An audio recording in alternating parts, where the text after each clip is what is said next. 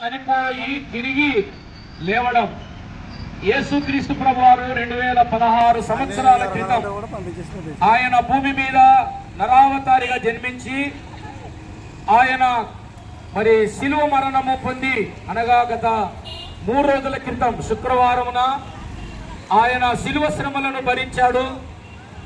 ప్రియులారా, శిలువలో ఆయన అనేకమైన శ్రమలను మరి కొరడా దెబ్బల చేత మరి మేకులు కొట్టబడి ఆయన అనేక విధాలుగా గాయపరచబడ్డాడు.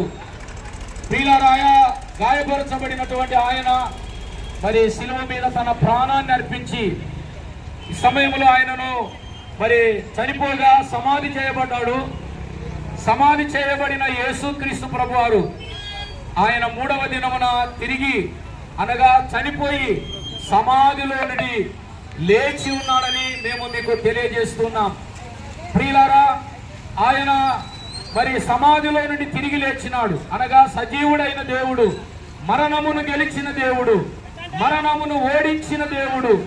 ప్రియమైన వారులారా, ఈ సమయంలో ఆ సువార్త మీకు శుభవార్తను తెలియజేస్తున్నాం. ఇదిగో మరి మరణ భయము చేత ఉన్న మానవుడు, మరణం అంటే భయం, ఎప్పుడు మరణం వస్తుందో భయపడుతున్నాం. కానీ ఆ మరణమును మరి నేను జయించినాను కనుక మీరెవరు భయపడవద్దని యేసుక్రీస్తు ప్రభువారు తన పునరుద్ధానము ద్వారా మనకందరికి ధైర్యమునిస్తున్నాడు. ప్రియులారా, ఆ శుభవార్త మీకు తెలియజేస్తున్నాం. ఆయన చనిపోయి తిరిగి లేచినాడని. ప్రియులారా, ఆయన సమాధిలో లేడు, ఆయన సమాధి ఖాళీ సమాధి. ఈరోజు పాలస్తీనా దేశంలోనికి వెళ్తే అక్కడ యెరూషలేము అనే పట్టణంలో యేసుక్రీస్తు ప్రభు సమాధి చేయబడిన ఆ సమాధి ఆయన సమాధిలో లేడు, అది ఖాళీ సమాధి. ఆయన తిరిగి లేచి ఉన్నాడని మీకు జ్ఞాపకం చేస్తున్నాను. ప్రియులారా, లోకంలో ఎంతో మంది మహా చక్రవర్తులు భూమిలో పుట్టారు అని వారు చనిపోయినారు, సమాధి చేయబడ్డారు, వారి సమాధులు మూయబడ్డాయి. అయితే యేసు సమాధి అది తెరవబడిన సమాధి, అది ఖాళీ సమాధి.